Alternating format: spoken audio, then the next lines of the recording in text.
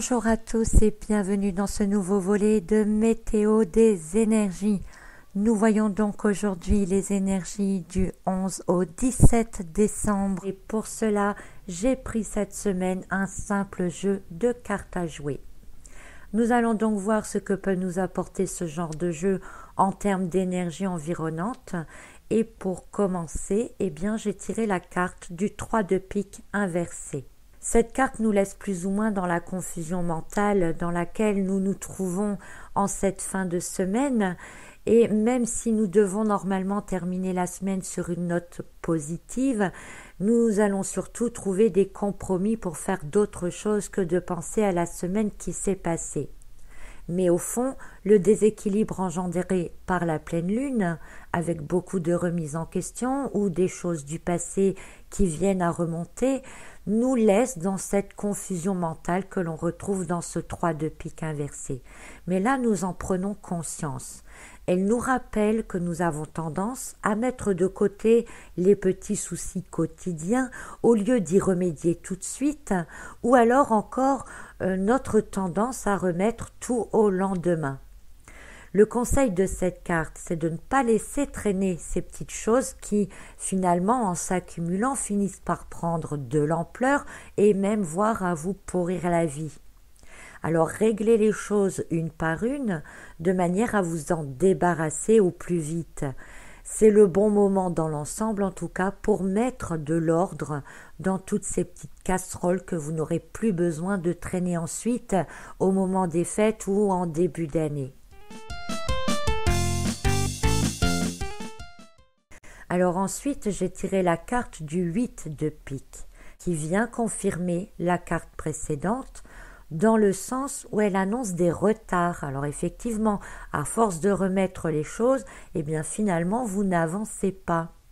Alors si vous ne savez pas comment faire ou quelle décision prendre dans la confusion du moment, cette carte du 8 de pique vient également vous dire de vous en remettre à votre intuition. Elle est votre meilleure conseillère. Ne vous laissez pas bouffer par les soucis quotidiens qui consument votre énergie et déployez plutôt votre énergie dans la capacité à prendre du recul, puisque les énergies environnantes du moment nous font reculer un peu pour mieux cerner les situations et pouvoir y remédier.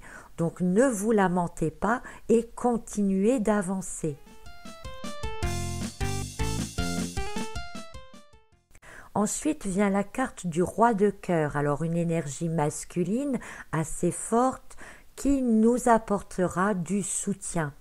Donc c'est un petit changement vibratoire qui va commencer à se faire sentir et qui nous rendra donc plus forts, plus convaincants, plus efficaces. En tout cas, il nous donne pas mal de capacités pour entreprendre au mieux donc le réglage de tous ces petits soucis qu'on a laissés et qui vous font accumuler finalement du retard.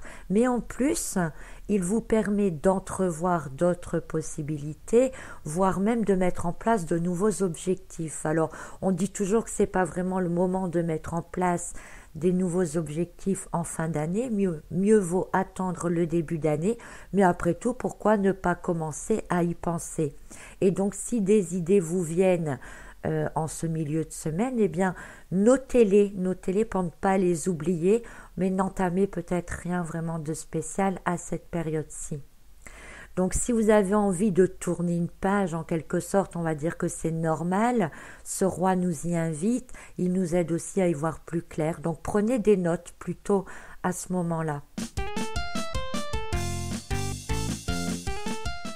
En quatrième carte, j'ai tiré le 9 de trèfle. Alors, c'est dans la suite du roi de cœur, puisque cette carte confirme que vous arrivez bien à régler les petites choses quand vous voulez, que vous vous y mettez. Donc, les énergies de ce roi vous aident à faire petit pas par petit pas une avancée certaine, une avancée dont vous pourrez être fier. Vous commencerez à avoir du retard qui se rattrape, des situations qui peuvent s'éclaircir. En tout cas, vous aurez nettement moins l'impression d'avoir perdu votre temps que la semaine passée. Enfin, la semaine qui se termine.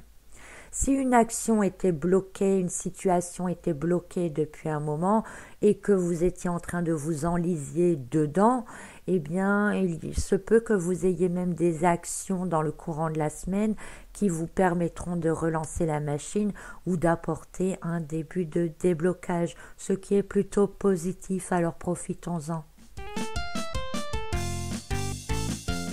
Ensuite, c'est la carte du 4 de cœur qui est sortie. Alors cette carte, c'est autre chose, hein. Elle fait référence à de l'isolement, de la solitude, aussi de la malchance, voire de la trahison. Alors peut-être que votre avancée des jours précédents ne plaira pas à d'autres personnes, hein. Il y a des personnes comme ça, quand ils voient les autres avancer, ils ne peuvent pas s'empêcher que de les retenir. Alors tout dépend de ce que vous vivez à ce moment-là. Donc cette carte, elle annonce aussi un imprévu qui pourrait venir vous faire prendre du retard. Alors vous qui aviez commencé à faire des petits pas, à avancer, à faire bouger des choses, vous pourriez vous sentir à nouveau découragé. Mais ne vous inquiétez pas, tout ça reste encore dans les énergies de cette pleine lune de début du mois qui finalement nous fait faire 3 pas en avant, 2 pas en arrière, 3 pas en avant, 2 pas en arrière. On ne fait que ça et ça durera à peu près jusqu'à la nouvelle lune. Donc tout cela est plus ou moins normal, on va dire, en ce moment. Mais vous pourriez sentir à nouveau donc ce découragement. Le conseil de cette carte, c'est de continuer à vous faire confiance, continuer à suivre vos intuitions. N'écoutez pas toujours les conseils des autres. Prenez le temps de réfléchir sur certaines choses. L'ensemble des tirages des jours précédents et même de la semaine précédente invite au recul, de manière à voir les choses autrement. La rétrogradation des planètes fait aussi qu'on recule et ça permet de voir les choses autrement, de prendre conscience de certaines choses autrement et donc, parce qu'il faut voir le côté positif des choses, cela permet aussi de trouver des solutions différentes que celles qui auraient pu être envisagées.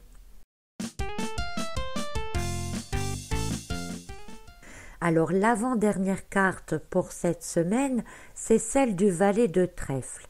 Alors un peu dans le même état d'esprit que le 7 des épées que nous avions pour la semaine dernière et qui nous dit donc qu'on a envie de faire d'autres choses, on en a marre, c'est clair, on veut penser à d'autres choses et la distraction pourrait sembler la meilleure solution. Cette carte vous invite à aller vous distraire, à vous détendre. En plus, ce sera le début du week-end, donc la possibilité de faire des sorties, de rencontrer d'autres personnes et finalement dans le seul et unique but de passer de bons moments. On a besoin d'un peu de joie et de plaisir. Et enfin, la dernière carte de la semaine qui est représentée par la dame de carreau.